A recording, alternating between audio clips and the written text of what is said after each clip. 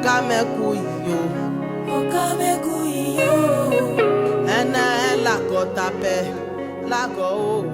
Okamekuyo. Bien-aimés, je vous exhorte comme étrangers et voyageurs sur la terre à vous abstenir des convoitises charnelles qui font la guerre à l'âme. Alléluia. Dans ce passage, Dieu, par l'apôtre Paul, nous dit une chose qui est très importante. Il dit à vous et à moi qui croyons dans le Seigneur que nous sommes des étrangers et nous sommes des voyageurs sur la terre. Alléluia. À partir de l'instant où tu donnes ta vie au Seigneur Jésus, tu es devenu un étranger et tu es devenu un voyageur sur la terre. Je veux que tu comprennes bien ce que je vais te dire ce matin. Le fait que tu aies une carte d'identité nationale ivoirienne dans ta poche ne change absolument rien. Le fait que tu aies une carte d'identité française dans ta poche ne change absolument rien. À partir de l'instant où tu deviens un chrétien, à partir du jour où tu as donné ta vie au Seigneur, la Bible déclare que tu es devenu un étranger sur la terre. On n'a pas dit un étranger au Burkina Faso, ni au Mali, ou en France, mais on dit un étranger sur la terre. Ça veut dire que dans quelques nations où tu vas te trouver, y compris même en Côte d'Ivoire, tu es un étranger partout. Alléluia. Et le livre de Philippiens chapitre 3, le verset 20, dit que notre cité à nous est dans les cieux. Alléluia. Donc, tu es devenu un étranger sur la terre depuis le jour que tu as donné ta vie au Seigneur. Et la Bible dit que ta cité, ta patrie, ta nation se trouve dans les cieux. Donc, la Côte d'Ivoire n'est pas ta patrie. La Côte d'Ivoire est une terre étrangère pour toi. Sur le plan spirituel, tu es à l'étranger, même en Côte d'Ivoire. Donc, tu dois vivre avec la mentalité que tu es un étranger et que tu es un voyageur dans ce pays qu'on appelle la Côte d'Ivoire. Si cette mentalité est en place, tu vas comprendre beaucoup de choses que je vais t'expliquer ce matin. Alléluia. Amen, amen. Vous savez, je vous dis une chose. Quand vous venez à l'église chaque dimanche, le rôle du pasteur, ce n'est pas de vous enseigner comment on fait pour réussir sur la terre. L'évangile de comment on réussit là, ça c'est pas l'évangile, c'est la plaisanterie. Lorsque tu nais sur la terre, tu es confronté aux mêmes réalités que tout le monde. Si on te met à l'école, va à l'école, étudie. Si tu n'es pas arrivé loin à l'école et que tu as eu une activité, fais-la avec bon cœur. Fais ce que tu as à faire, bats-toi. Cours les matins, réveille-toi tôt. Bats-toi comme tout le monde se bat. Du lundi au samedi, bats-toi. Bats-toi pour avoir de quoi vivre sur la terre. Ce n'est pas un péché. Bats-toi pour être heureux sur la terre, ce n'est pas un péché. Mais quand tu viens à l'église dimanche, le rôle du pasteur, c'est de te rappeler que la façon dont tu te bats là, mon frère, souviens-toi aussi qu'il y a le ciel qui existe. Alléluia. Rappelle-toi qu'il y a quelque chose qui existe qu'on appelle le ciel que Dieu a créé. Et donc que la finalité de la vie, ce n'est pas seulement tes batailles que tu fais du lundi au samedi. Mais à côté de ta bataille pour gagner ta vie, il y a le ciel qui existe aussi. Alléluia. Et donc tu dois marcher dans la conscience que oui, je me bats, mais en même temps, il y a quelque chose qu'on appelle le ciel qui est la finalité de toute chose. Donc, je n'ai pas besoin de venir t'enseigner chaque dimanche comment on réussit sur la terre. Dieu ne m'a pas appelé pour venir t'enseigner comment on réussit sur la terre. L'évangile des secrets de réussite, c'est de la plaisanterie. Je répète, ça ce n'est pas l'évangile. Alléluia.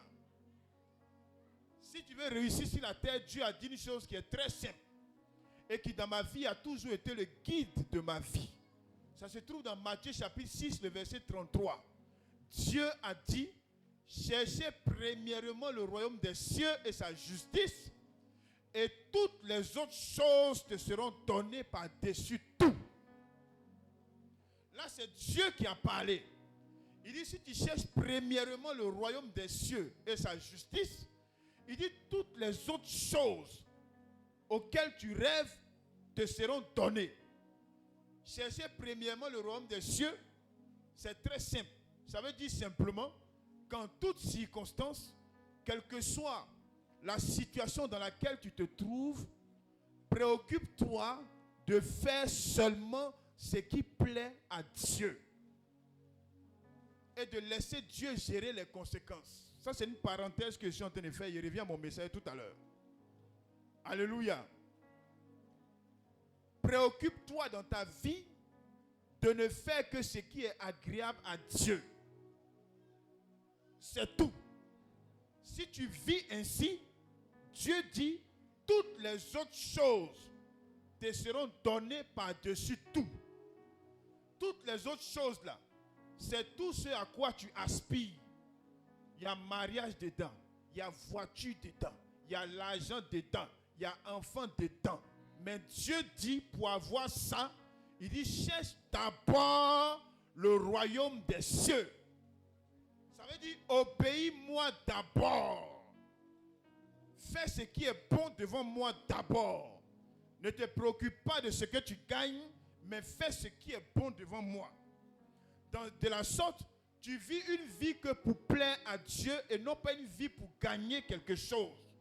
Ce que tu gagnes n'est pas important, mais c'est est-ce que là où je suis là, le pas que je vais poser là, ça plaît à Dieu. Donc tu avances comme quelqu'un qui est malade, quelqu'un qui est bouché, qui s'en fout de tout ce qui est autour. La seule chose qui l'intéresse, c'est est-ce que si elle va à droite, ça plaît à Dieu. Si elle va à gauche, ça plaît à Dieu. Et si aller à droite plaît à Dieu, il s'en va à droite, peu importe les conséquences. C'est ce qu'on appelle chercher premièrement le royaume des cieux et sa justice, et toutes les autres choses te seront données par-dessus tout. Alléluia. Vous avez écouté 3 témoignages ici en moins de 2 semaines. Les 3 témoignages là, ce n'est rien d'autre que l'application de ce que je suis en train de dire et que j'ai toujours enseigné ici dans cette église. Si tu m'écoutes, que tu mets cela en pratique, tu connaîtras une vie bénie et à la fin tu iras au ciel. Mais si tu ne m'écoutes pas, que tu en fais à ta tête, en croyant que tu fais du mal à Dieu ou que tu trompes le pasteur, tu vas te faire du mal à toi seul parce que la main de Dieu ne sera pas sur toi et tu vas vivre une vie de souffrance. Boris, on lui dit, viens, je te rends juge. Ses patrons lui disent, viens, j'ai fait de toi magistrat. Comme nous, on est arrivé dans le ministère, on va laisser tout le monde. Mais toi, nous, on est décidé, moi le ministre, je suis décidé à t'aider pour que tu deviennes juge, comme tu as fait droit. Il vient m'expliquer ça. Je lui dis, va dire à ton patron que toi, tu es un enfant de Dieu. Et que juge, c'est une bonne chose, mais que chez nous au ciel, là, on ne triche pas pour devenir juge. Alléluia. On ne triche pas pour devenir juge. Et donc, il ne faut pas aller le voir. S'ils veulent, ils n'ont qu'à te licencier. S'ils te licencient, viens, on va servir Dieu. Il n'est pas allé voir son patron. Il n'est pas allé voir le ministre. Il s'est assis dans son coin tranquillement. Le ministre même était étonné qu'il fasse une telle proposition à un jeune homme comme lui. Et le jeune homme ne court pas derrière lui. Mais Dieu, parce qu'il a décidé d'obéir à Dieu d'abord, Dieu à transformer ça pour impressionner le ministre. Au point où ils ont licencié beaucoup de personnes, mais lui, non seulement ils l'ont gardé, mais encore ils l'ont élevé encore comme patron dans le même ministère. Là.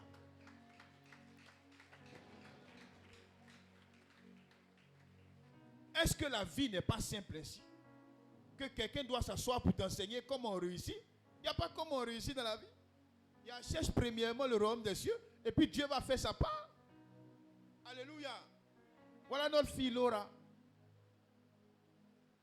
Elle a eu occasion de travail. On dit, viens, on te donne 300 000 francs par mois. En tant qu'aide-soignante, tu vas t'occuper du père d'une femme ministre actuellement. Le père même dit, moi-même, j'ajoute encore 100 000 par mois. Donc, ça fait 400 000 qu'on te donne. Elle a regardé les 400 000. Elle a regardé aussi que, au moment où le travail là vient là, sa maman qui est là, n'a plus de servante. Et elle a 8 mois de grossesse. Donc, elle va accoucher le mois prochain. Donc, elle se dit, mais si je la laisse, c'est vrai, on va me donner 400 000. Mais ma maman là, et les intérêts de cette femme qui hier j'étais dans la rue, qui m'a recueilli, qui hier je pleurais à essuyer mes larmes. Donc c'est bon 400 000.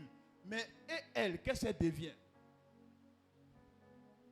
Et donc pour ça là, elle renonce au travail et puis elle décide de venir servir sa maman qui est là. Et chaque matin, écoute-moi, je vais te parler ce matin. Est-ce que je peux te parler? Voilà. Parce qu'il y a trop de plaisanteries dans les églises. On n'a qu'à se parler.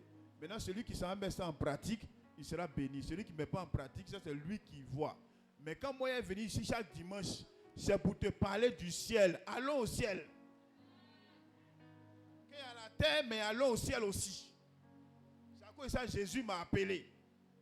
Pour qu'il puisse réveiller l'esprit des gens sur ce qu'on appelle le ciel. Parce que les gens vivent comme s'il n'y a pas le ciel. Ils vivent comme si le monde là s'arrête sur la terre.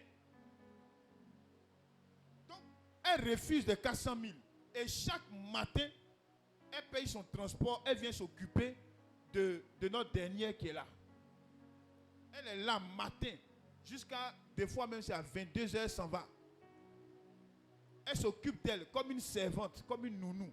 Elle a laissé 400 000. Mais ce qu'elle est en train de faire là, ce qu'elle a fait là, mais c'est écrit dans la parole. C'est écrit dans la Bible. Hein? Dans Philippiens chapitre 2, le verset 4, la Bible dit que chacun de vous, au lieu de considérer ses propres intérêts, considère aussi ceux des autres.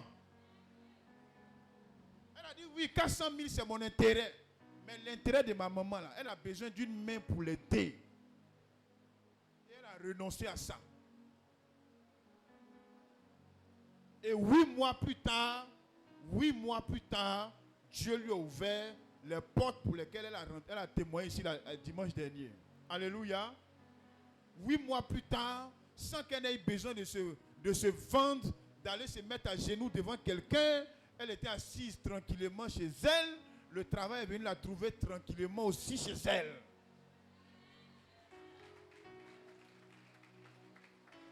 Il dit, cherchez premièrement le royaume des cieux. Ça veut dire, faites d'abord ce qui est bon devant moi. Alléluia. Le président Ange Kwaku, qui n'est pas là ce matin, qui est là ce matin, il vous a expliqué son témoignage ici la semaine dernière. Comment il a été rétrogradé. Après, ils l'ont pris pour le mettre en haut. Mais c'est parti de quoi? C'est parti de ce que, à un moment donné,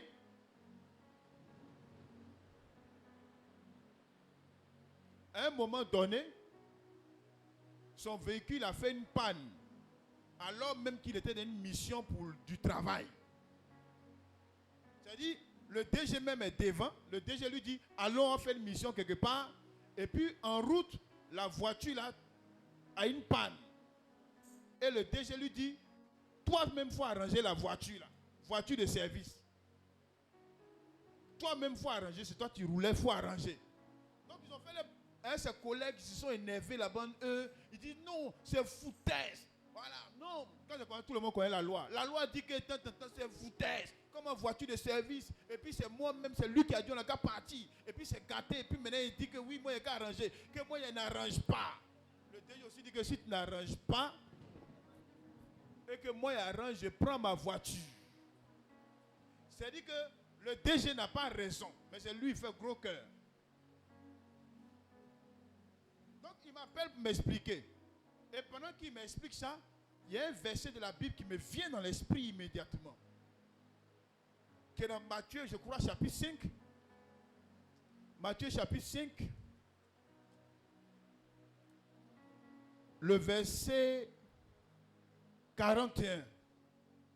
La Bible dit que si quelqu'un te force à faire 1 000, fais-en 2 avec lui.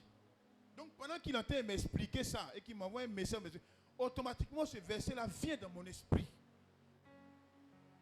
La Bible, si quelqu'un te force à faire 1 000, fais 2 000 à lui.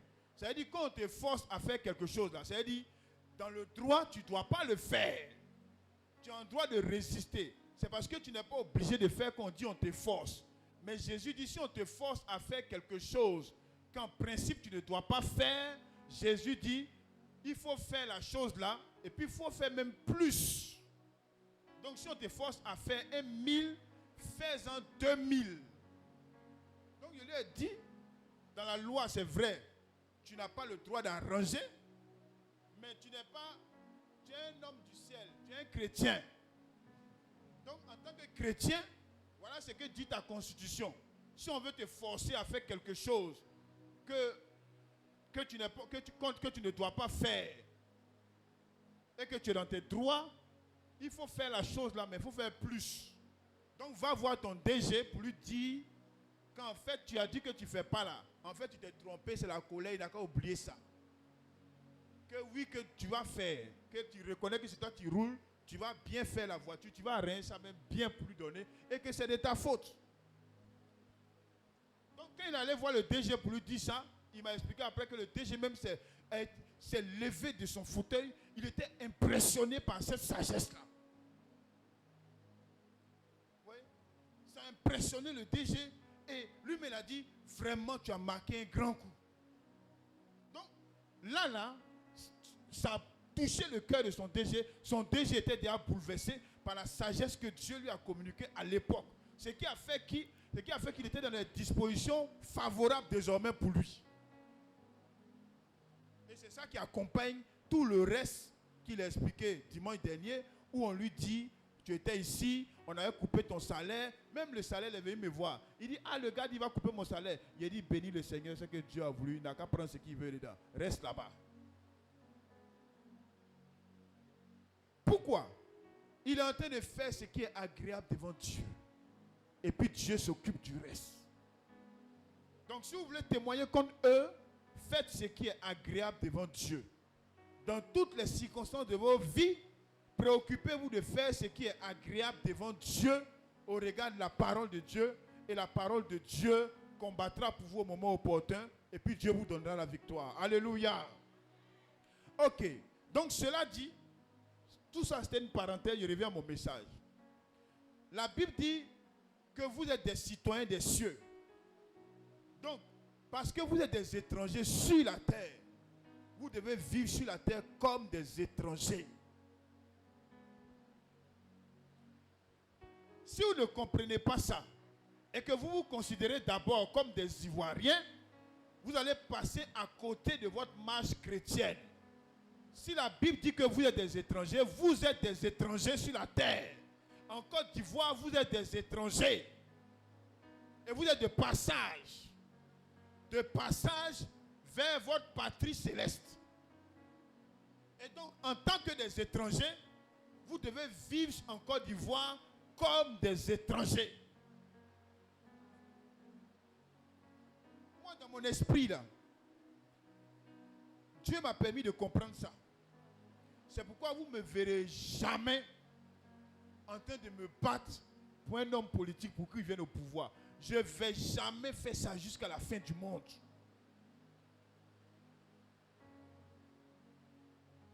mon esprit là, je suis à l'étranger en Côte d'Ivoire.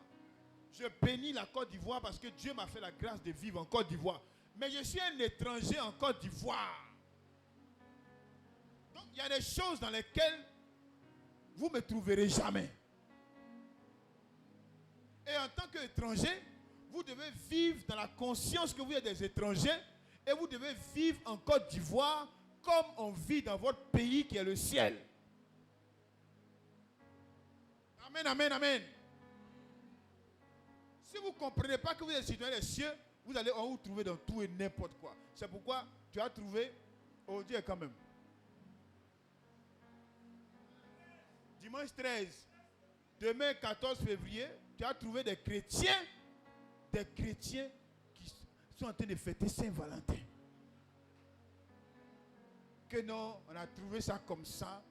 Oui, tu as trouvé comme ça, mais tu es un citoyen du ciel. Donc tu ne rentres pas dans tout. Il y a des choses où le pays qui t'a accueilli, qu'on appelle la Côte d'Ivoire, l'a fait. Et tu te demandes, ce qu'eux ils font là, est-ce que ça va avec les lois de mon pays au ciel où il est quitté? Est-ce que ça va avec les lois de mon pays qu'on appelle le ciel? Je n'ai rien contre Saint-Valentin. Mais c'est un jour de grande débauche mondiale. Ça fait qu'un enfant de Dieu sérieux ne peut pas célébrer ça. Un enfant de Dieu sérieux qui craint Dieu ne peut pas se mettre dans ça. Parce que ça offense Dieu. Et pour se donner bonne conscience, ils vont dire non, moi je suis marié, ma femme, je lui exprime l'amour. Tu es en train de donner voix à une chose qui offense Dieu. Mais pourquoi ça? Parce que vous n'avez pas compris qui vous êtes exactement. Moi, je suis un étranger en Côte d'Ivoire. Et je suis de passage en Côte d'Ivoire.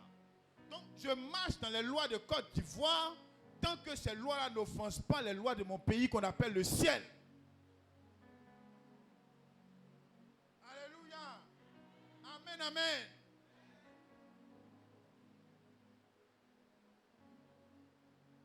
Et l'apôtre Paul dit au verset 11 de 1 Samuel chapitre 2, il dit ceci.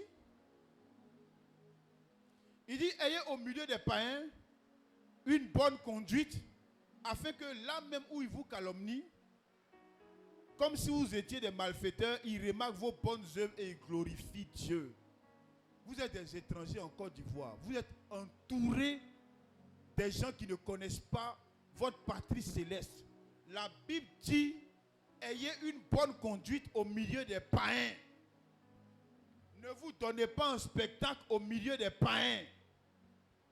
Vous êtes des étrangers dans la nation. Donc vous devez vivre au milieu de ceux qui vous entourent là, d'une manière telle qu'ils auront du respect pour votre patrie, le ciel. Si vous vivez n'importe comment, ils n'auront aucun respect pour votre pays qui est le ciel. Donc ayez au milieu d'eux, que ce soit sur les réseaux sociaux, que ce soit dans la vie de tous les jours, ayez une bonne conduite au milieu de ceux qui ne connaissent pas Dieu. C'est comme ça que les enfants de Dieu marchent. Quand on est étranger dans un pays, c'est comme ça qu'on vit. C'est comme ça qu'on se conduit. On ramène tout à la nation d'où on vient. Et il dit au verset 13, en tant que des étrangers là, il dit soyez soumis à cause du Seigneur à toutes les autorités qui sont établies.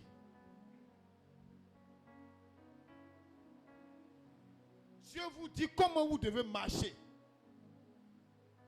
Dans ce pays étranger dans lequel vous êtes, Dieu vous dit comment vous devez marcher. Si les gens ne respectent pas les autorités, vous, chrétiens, respectez les autorités. Ayez du respect pour tous ceux qui sont établis en autorité. Ayez du respect pour le président de la République, pour les ministres, pour les sous-préfets. Dès lors qu'une personne est positionnée en autorité, vous devez avoir du respect pour cette personne. Voilà ce que Dieu vous dit. C'est ainsi que vous devez marcher. Ne faites pas les choses comme tout le monde fait. Vous n'êtes pas tout le monde. Vous n'êtes pas tout le monde. Vous êtes des citoyens du ciel. Vous êtes des citoyens des cieux. Vous n'êtes pas tout le monde. Réveillez-vous. Réveillez-vous. Réveillez-vous. Ne vous mélangez pas à toutes choses. Vous êtes des gens différents.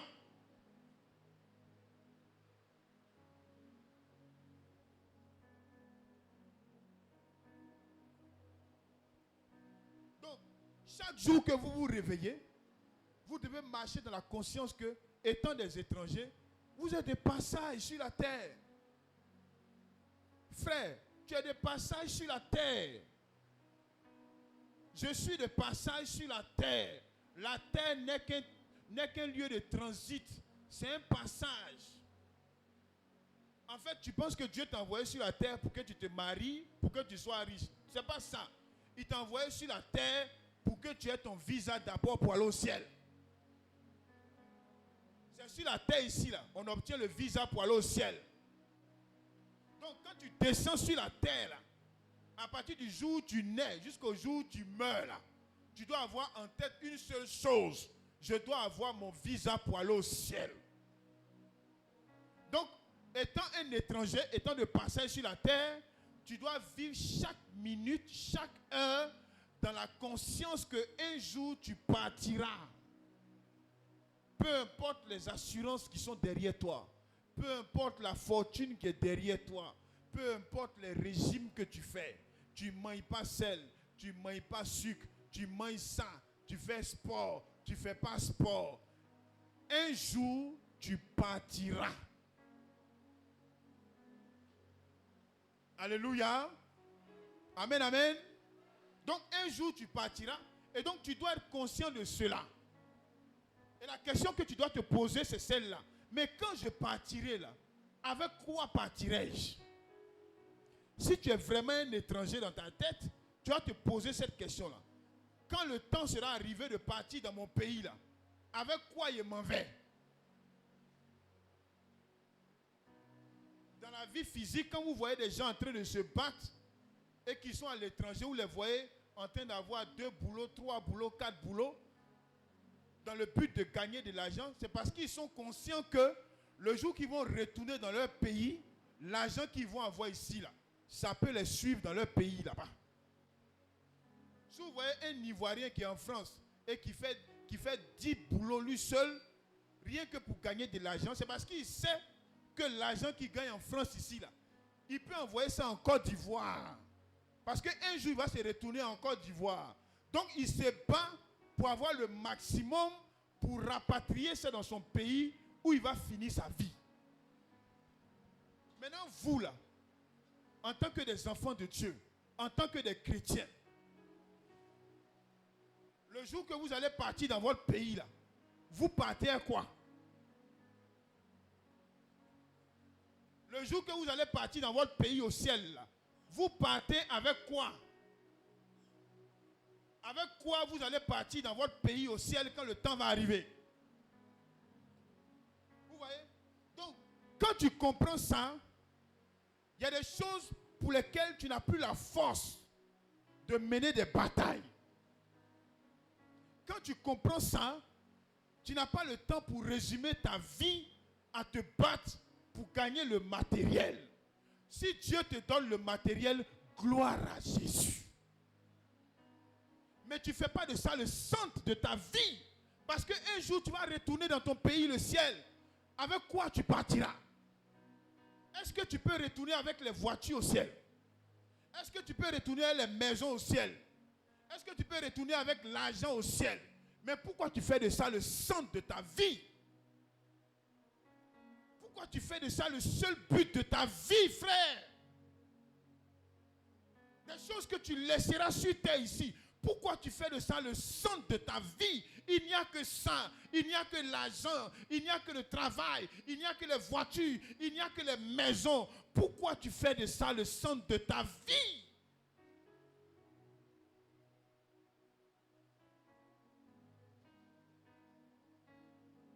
Pourquoi tu fais de ça le centre de ta vie? Si Dieu te donne, gloire à Dieu, c'est une bonne chose. Si Dieu te donne des maisons. Gloire à Dieu. On va célébrer le Seigneur. Comme nos frères qui ont témoigné. On a béni le Seigneur. On a célébré le Seigneur. Moi, mais j'étais tellement content. Il a fait offrande ici à Boris. Vous avez tous vu. Mais ne fais pas de ça le centre de ta vie. Parce que tu es un étranger sur la terre. Un jour, tu retourneras dans ta patrie céleste. Un jour, tu retourneras là-bas. Avec quoi partiras-tu?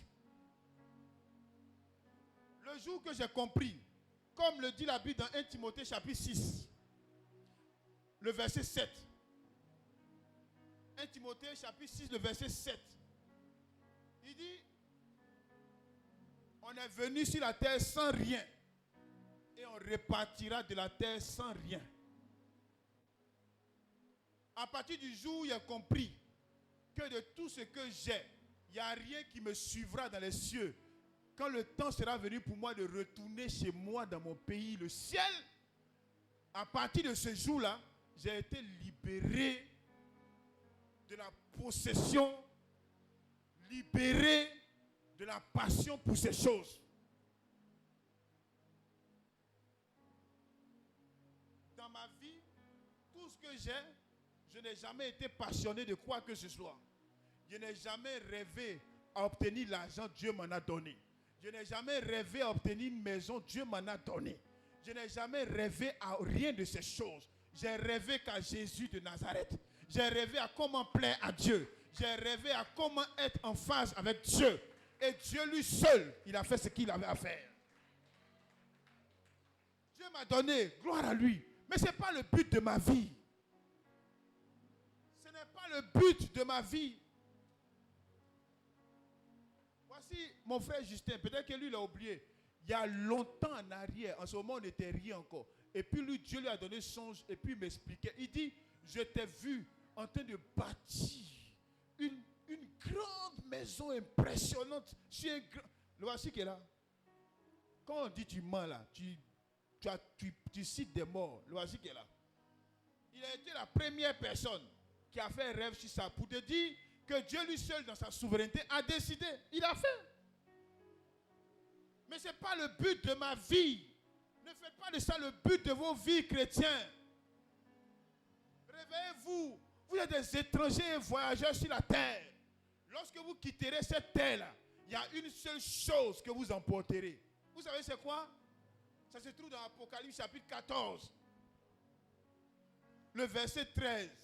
Apocalypse chapitre 14, le verset 13. C'est la seule chose qui vaut la peine. La seule chose pour laquelle ça vaut la peine de vous battre, mes frères et mes sœurs. La seule chose qui vaut la peine d'être passionné là, sur la terre, là, ça se trouve dans Apocalypse 14, le verset 13. Il dit, heureux dès à présent ceux qui meurent dans le Seigneur. Oui, dit l'Esprit, afin qu'ils se reposent de leurs travaux, car leurs œuvres les suivent. Tous ceux qui quittent la terre dans le Seigneur, là, il y a une seule chose qu'ils emportent, c'est leurs œuvres. Point. Tu n'emporteras que les œuvres. Tu n'emporteras que les actes que tu poses ici sur terre. C'est les seules choses qui vont te suivre quand l'heure sera arrivée de regagner ta patrie céleste. Donc s'il y a une chose pour laquelle tu dois te battre en tant que chrétien, s'il y a une chose qui doit déchaîner les passions dans ta vie, c'est comment accomplir le maximum de bonnes œuvres dans ma vie, parce que c'est ça qui va me suivre. Le reste là, ça va rester derrière ici. Voiture va rester derrière. Maison, l'argent, tout ça reste derrière. Je ne peux pas me battre sur la terre là, rien qu'à cause de ça. Ce n'est pas possible. Aujourd'hui dans l'église, on fait le contraire. On est prêt à tuer, à empoisonner, à faire du mal à son prochain, rien que pour des biens matériels qu'on va laisser ici et puis partir. Mais ce qui compte là, ça n'a pas de valeur dans nos vies. Frère, ce sont tes œuvres qui comptent. Les œuvres, c'est le bien que tu fais. Les bonnes actions que tu poses là. C'est ça qui est important. C'est ça qui va te suivre. J'ai vu une fois un footballeur qui est décédé, Maradona. J'espère qu'il a eu le temps de se repentir avant que Dieu ne le prenne. Son cercueil était là. Et sur son cercueil, ils ont mis la coupe du monde. Ils ont mis les médailles en or. Ils ont mis la coupe des meilleurs joueurs, de meilleurs danseurs, de meilleurs ceci, cela, de l'homme le plus court, de l'homme le plus grand, de l'homme qui a les plus beaux pieds. Il y avait toutes les coupes et les médailles sur son cercueil. Et puis son corps était couché là. Vanité des vanités. Donc pendant que tu es en vie là, va à l'essentiel, mon frère. Va à l'essentiel, chrétien. Va à l'essentiel. Va à l'essentiel. C'est tes œuvres qui vont te suivre si tu n'es plus sur la terre. Donc chaque jour que tu te réveilles, fais le maximum de bonnes œuvres. C'est ce qui va te suivre au ciel. Lorsque quelqu'un est en difficulté, cours. Même si tu n'aimes pas la personne, cours. Va lui faire du bien. Ça va te suivre au ciel. Si quelqu'un a faim, cours, va lui donner un peu à manger. Ça va te suivre au ciel. Quand la Mercedes va rester ici, là, cette action-là, ça va te suivre au ciel.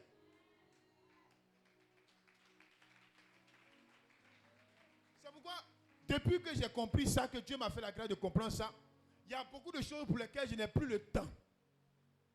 Vraiment, je n'ai plus le temps de beaucoup de choses. Vraiment, Dieu m'a délivré de beaucoup de choses.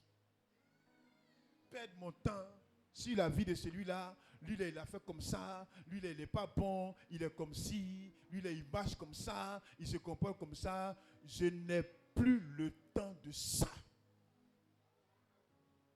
Ce qui m'intéresse dans son il n'est pas bon là, c'est qu'est-ce que je peux faire dans sa vie, et puis ça va compter pour moi aussi un jour. Le reste là, Jésus va gérer ça à lui. Alléluia. Amen, amen. Allez à l'essentiel dans vos vies. J'ai un ami qui nous expliquait un peu son témoignage avec mon épouse. Il a fait rêve, dans rêve, il est mort. Et dans rêve, là, il est couché. Et puis, il nous voit, nous tous, à ses funérailles.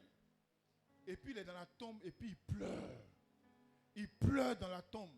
Et puis, il se dit, mais Seigneur, si je savais, j'allais faire beaucoup de bien. Aujourd'hui, c'est la seule chose avec laquelle j'allais partir au moins. Je ne sais même pas où je m'en vais. Mais pourquoi, pendant que je vivais, je n'ai pas fait du bien aux gens? Pourquoi j'ai vu les gens pleurer et je suis passé si je savais? Donc, pendant qu'il est en train de pleurer, en ce moment, il voit une de ses filles là qui vient vers lui. Et la fille là, une semaine avant, pendant que je roulais, j'avais reçu une révélation qui a dit à mon épouse, je ne savais même pas son affaire. Et puis je lui ai dit, mais notre ami là, il a une fille qui est comme ça. Dieu vient de me parler de cette petite là, bizarrement, je ne sais pas pourquoi. Or, pendant ce temps, lui, c'était la période où il faisait rêve là. J'ai dit que Dieu vient de me dire que la petite là, elle a 3 ou 4 ans, que c'est d'elle que va partir le salut de sa maison. Que la main de Dieu est sur cette petite, elle porte l'onction de Dieu dans sa vie. Et même, je lui ai dit, il change son nom après de lui, je l'appelle Messie. Pour dire, le Messie, le Sauveur. Et pendant qu'il était en train de se lamenter dans la tombe, qui il voit, c'est la petite là qu'il voit, de 3 ans là, qui vient le trouver dans la tombe. Et puis, elle commence à prier pour lui. Et elle commence à prier pour lui.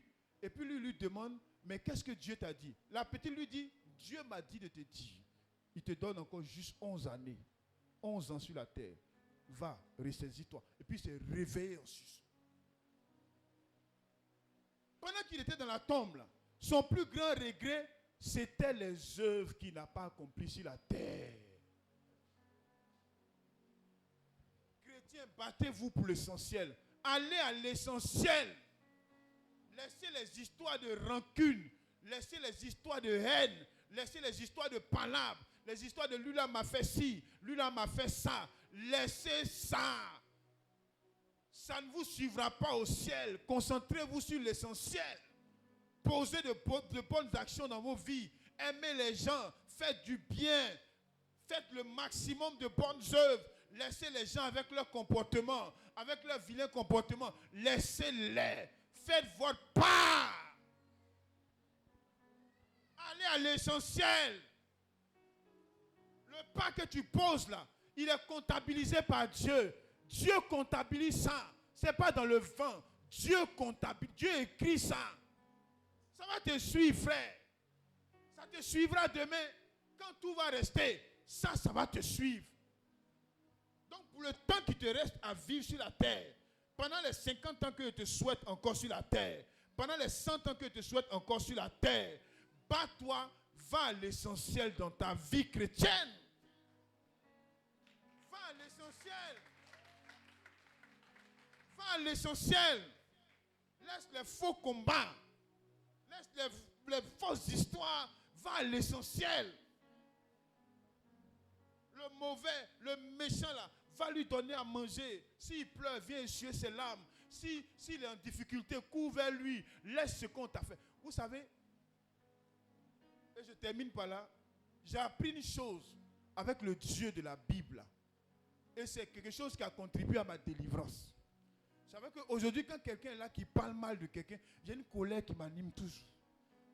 Pas parce que j'aime la personne, mais parce que, en fait, si elle t'écoute, ça va me polluer. Et puis, je vais poser des actions qui ne vont rien m'apporter au ciel un jour. Alléluia. Ce qui fait que j'aime pas trop. J'aime pas trop qu'on me parle de celui-là, lui a fait ci. J'aime pas trop qu'on s'attarde sur ce qui est négatif. Parce que ça va me polluer le cœur. Et sur un coup de colère, tu peux poser des actions de colère qui ne vont rien t'apporter, mais en plus qui vont te fermer même peut-être la grâce de Dieu. Donc je préfère me protéger. Et ça fait que je n'écoute pas tout ou je refuse d'écouter certaines choses. On pense que peut-être c'est parce qu'il est naïf, mais je ne suis pas naïf. Je laisse Dieu écouter à ma place. La Bible dit dans Nombres chapitre 12, lorsque Moïse, Myriam et puis Aaron ont critiqué Moïse, ils étaient en train de parler mal de Moïse. La Bible dit que Moïse même n'a même pas entendu, mais la Bible dit l'Éternel entendit. Et quand l'Éternel entendit, il a fait tomber son jugement sur ceux qui... Donc, il y a des choses là. Tu n'as pas besoin même d'écouter, prêter ton oreille pour savoir. Laisse Dieu écouter ça pour toi. Quand tu laisses Dieu écouter, ça garde ton cœur en paix et dans l'amour, et puis tu avances tranquillement. Quand on est chrétien là, on ne regarde pas tout, on ne voit pas tout, on n'analyse pas tout. Sinon tu vas te perdre. Alléluia. Pourquoi je vous dis ça? Parce que j'ai compris une chose. Avec le Dieu de la Bible, écoute frère, c'est un Dieu, peu importe ce qu'on va te faire, peu importe le mal qu'on va te faire, peu importe la méchanceté qu'on va te faire, il va te dire une seule chose. Pardon, il faut laisser. C'est tout ce qu'il va te dire. Tu es énervé, comment tu as toutes les preuves. On t'a fait le mal, oui, il a vu. On a même tué ton papa, on a tué ta maman, on a tué ton enfant, on t'a fait tout. Il y a toutes les preuves. La seule chose qu'il va te dire, pardonne, avance, laisse-moi, à moi la vengeance. Donc à partir de cet instant-là, pourquoi vous voulez que je perde mon temps à regarder ce que les gens vont me faire, qu'ils ne vont pas me faire, au risque de moi-même me faire du mal, parce que Dieu ne me dira rien d'autre que pardonne, laisse. Alléluia. Vous avez vu quelqu'un qui est en colère, et puis Dieu avait lui dit, hé ma fille, il y a encore tu souffres. Ah, et puis tu as fait quoi? Qui a dit ça? Tu n'as pas giflé. Vous avez vu Dieu qui a fait ça? On te fait tout ça de mal, il dit pardon, laisse. Laisse, pardonne. Quand j'ai compris ça, dans ma vie, il y a des actions qui sont posées. Si j'avais compris plus tôt, je n'allais peut-être jamais les poser encore. Parce que j'ai compris que c'est inutile. Donc, vivez pour l'essentiel. Préoccupez-vous de votre éternité. Le jour où je m'en vais au ciel, je m'en vais avec quoi? Je m'en vais avec, j'ai aidé le frère Grogu, il se mariait. Dieu a noté. Je m'en vais avec le pasteur Mampo a fait un jour. Je l'ai aidé. Je m'en vais avec, il y a quelqu'un qui était nu, je lui ai donné à boire. Il était nu, je lui ai donné habit. telle personne était dans le noir, j'ai payé la facture pour lui. Voilà ce pourquoi vous devez vivre à partir d'aujourd'hui. Que Dieu vous bénisse.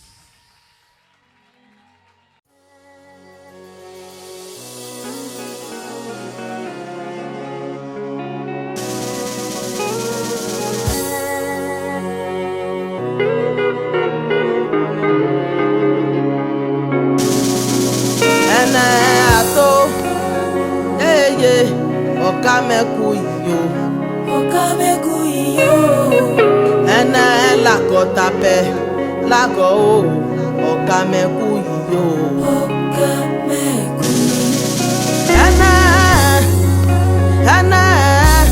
ene Jésus Okamekuyo Okamekuyo Okamekuye Okamekuyo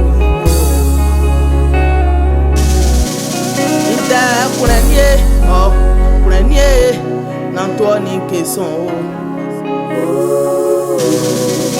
Inde prenez N'Antoine Kesson. N'Antoine Kesson. N'Antoine Kesson plaît. N'Antoine Kesson. N'Antoine Kesson. Inde prenez que N'Antoine Kesson. N'Antoine Kesson, N'Antoine Kesson, N'Antoine Kesson plaît, N'Antoine Kesson. J'ai dit Jésus, oh, Jésus, oh, ne me laisse pas tomber. J'ai dit Jésus, oh, papa, oh, ne me laisse pas tomber. Ne me laisse pas tomber, ne me laisse pas tomber. Ne me laisse pas tomber, ne me laisse pas tomber. Je n'ai que toi, Jésus. Si toi tu me laisses tomber, à qui irai-je? Je n'ai que toi, Seigneur. Quand mon père est parti, c'est toi qui m'as gardé. Quand ma mère est partie, c'est toi qui m'as gardé, Jésus. Où irai-je? Où irai-je? Où irai-je, Jésus? Je n'ai que toi, papa. Je cours derrière toi, Seigneur. J'ai saisi ta robe. Je ne lâcherai pas cette robe, papa. Je n'ai que toi.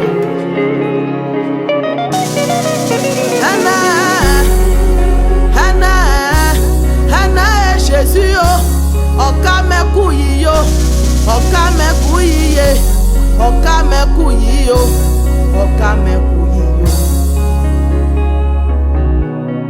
Hana lakotape. Lago Okamekuyo ene lakotape lago Okamekuyo Okamekuye Okamekuyo Okamekuyo Okamekuyo. J'ai dit Jésus, oh papa, oh, ne me laisse pas tomber. J'ai dit papa, papa, oh, ne me laisse pas tomber. Ne me laisse pas tomber, ne me laisse pas tomber, ne me laisse pas tomber, ne me laisse pas tomber. Inde prenez N'Antoine Kesson. N'Antoine Kesson, N'Antoine Kesson plaît. N'Antoine Kesson, N'Antoine Kesson. N'Antoine Woyapoli, il y a Antoine, il y a si